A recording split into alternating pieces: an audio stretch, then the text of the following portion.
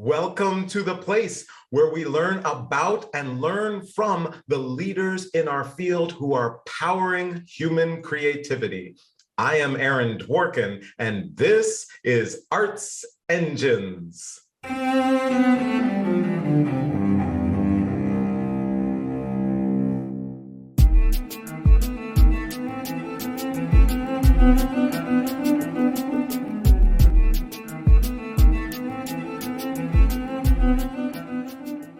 Thanks again for joining me here on Arts Engines. Today's guest is Sheri Notaro, who serves as Vice President of People and Culture at the Minnesota Orchestra. Sheri, welcome to the show. Thank you so much. It's great to be here, Aaron. So I am so excited to talk with you. Obviously, the Minnesota Orchestra is one of our wonderful, creative partners here on the show and helped us to co-curate this episode. But beyond that, I've been so honored. Sphinx has had such a deep partnership with the orchestra. I've had the opportunity to perform with the orchestra. So many of the roots run deep, and it's really an extraordinary institution as well as ensemble. And one of the things that we wanted to kind of talk about, I think, for the show is really your role. And one of the things that I love for the show is a lot of people who are watching, they're like, oh, maybe we should think about structuring something that we're doing based on what they're doing, et cetera. And so I thought we'd talk about this structure. And so while you have the title of Vice President of People and Culture, there is some combination of HR functionality, Chief Diversity Officer role, and wondering if you can kind of share with us how that came about and what that looks like at the Minnesota Orchestra. Yes, absolutely. Well, as you probably know, human resources has always included people. That's always been essential to the function, right? But now we're starting to think more deliberately and transparently about what the role of people is in our culture, and how, when we're thinking about the HR function, at the core of it is each individual person who makes up the orchestra. It's our musicians and our staff, it's our board members. And when we talk about culture, I think that is the way people feel when they're in our organization. Right. So how do we bring the HR function in alignment with culture? So that's the work that I try to do day to day, is think about what it feels like to be a part of the orchestra in one's particular role, and what we can do to enhance and enrich and make that a culture where people feel as though they're heard, they belong there, they can bring their authentic selves to work. We can think about broadening our culture, expanding it, making room for more voices that have not traditionally been in our organization. How do we make room and build those opportunities? Because we all are enriched when we expand those opportunities and bring our culture forward. So that's the work that I'm trying to do day to day at the orchestra. It's absolutely awesome and so important. And of course, why I love the whole focus for the show, which is all of these roles and positions without which we would not be able to make all of this great art that we do. So when you think about that, there definitely are, I'm sure those who are watching are thinking about their own institutions. And for example, going, we feel like either our staff or other components of our organization are not fully reflective of our community. We're thinking about some of these aspects of DE&I. Do you have any suggestions? Are there any kind of mechanisms that you're finding are useful and helpful in this work that you're doing in Minnesota? Mm-hmm. Well, for sure. First of all, I think you have to do a deep dive and understand where you are right now in your organization. So that requires some, data collection, partnering up with existing folks in the organization to realize where we are, how far we've already come, and then really trying to set some plans and put some strategies in place so that we can continue on that road, and we can enhance it, and we can accelerate that progress. So if we're talking about staff, we're thinking about, where are we actually advertising? Where are we sourcing our staff? How do we put ourselves out there as a place where we're welcoming, where we really want to diversify? So whether we're posting our job on the Sphinx website or we're posting it other places where we know we can attract and draw a diverse set of folks, and we can get eyes on our posting. We don't want to just sit back and be passive. We want to go out and really cultivate those relationships with stakeholders who can actually vouch for us as a place that is welcoming, belonging, that really wants to see those opportunities expanded. So that's part of the work. It's some of it's grassroots. Some of it is really, again, building those relationships and pipelines so that we are seen as a destination organization for diversity. Awesome, awesome.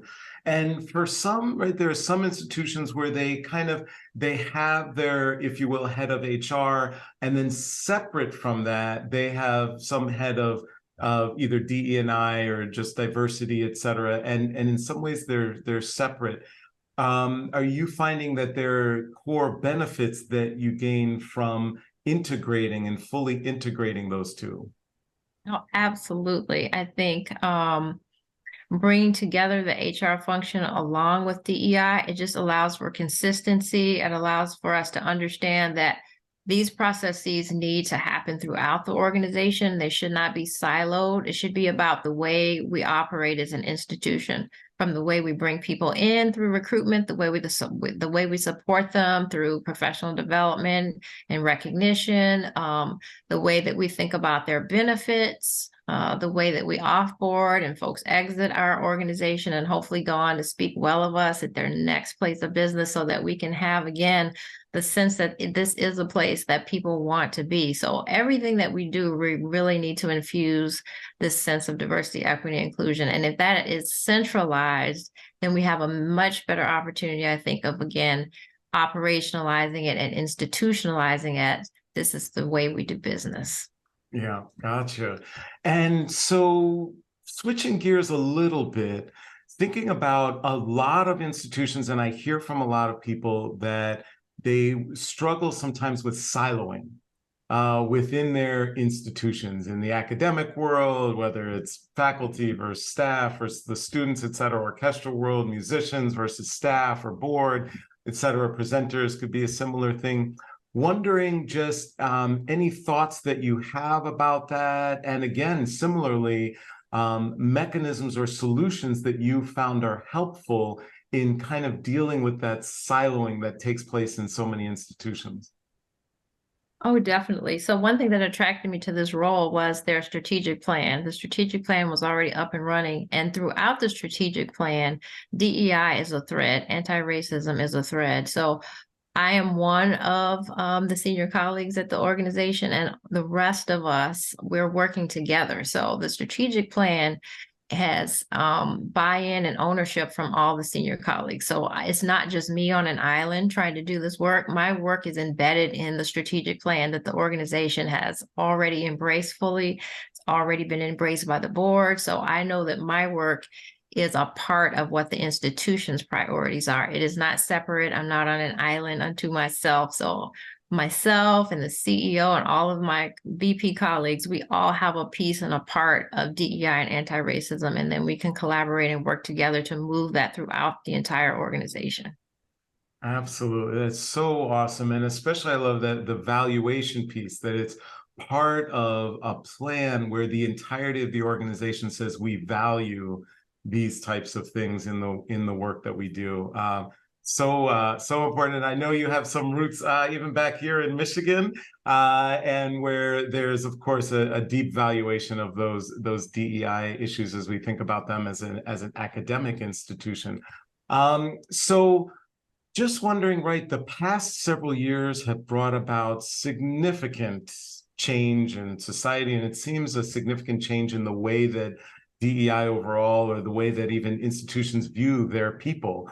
Are you optimistic as you think and you're planning for the Minnesota Orchestra? Are you optimistic? Are you worried? And are there any kind of key things that you're like, you know what, we have to tackle this. If we get this right, then I feel good about our trajectory. Any thoughts you have on that? I feel very hopeful, Aaron.